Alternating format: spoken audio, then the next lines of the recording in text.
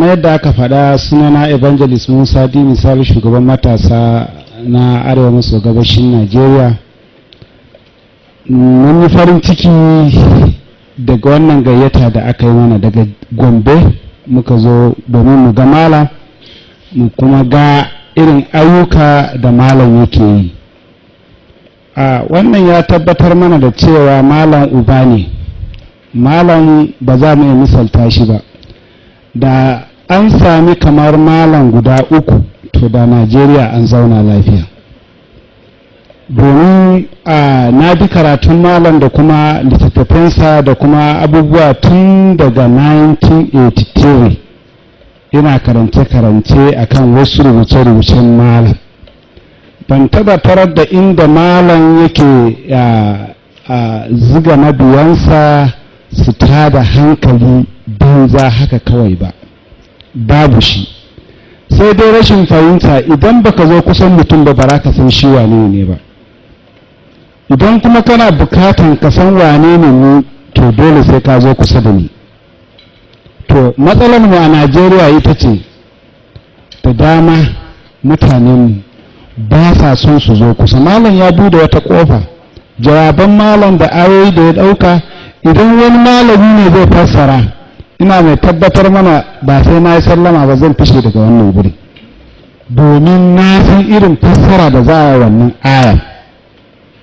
Kuma malam ya yi gaskiya. To malam, mu dai muna maka addu'a a duk inda kake, ubangiji Allah ya ja kwananka. Wannan aiki kuma da ka sa a gaba, ubangiji Allah ya baka dama ka idar da shi. Magoya baya kuma to a ɗauko sawun malam. Idan za ka bi gurbin malam to za a zauna lafiya. Ƙauna da malam ya nuna mu ɗan uwa Kirista ba abin da za mu ce. Domin akwai forums da yawa da malam ya buɗe wadda suke hulda. Akwai dandalin matasa wanda su ne suka kawo ni kusa da malam, wanda na gayyace su a Kirsimeti, su matasan Gombe wadda suka amsa kira, suka yi min waka na Isa ɗan Maryam har suka zo cikin church suka yi wannan waka. First in history a Nigeria, a religious body na Muslims suka je church suka yi waka, sai wanda suke karkashin ka. Malam, muna ce maka mun gode. Don haka idan Allah ya yarda, ni ma almajirinka ne a ɓoye baka sani ba. Don haka za mu iya abin da za mu iya yi kafin lokacin mu ya cika, mu tabbatar da cewa mun yi wa'azin gaskiya, an bi gaskiya, an yi adalci.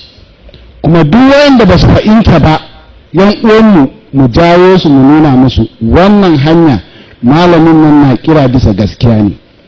Domin yawancin malamai ban ga ka sa motoci da lasfika ana tafiya ana zagin uwa da uba ba, ban taba ji ba.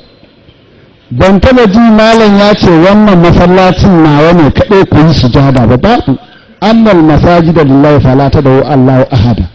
Dukkan masujadai da kuka gani. To menene zai sa ba zan zo ma in zama almajirin malam ba? To na gode, ubangiji Allah ya taimake mu.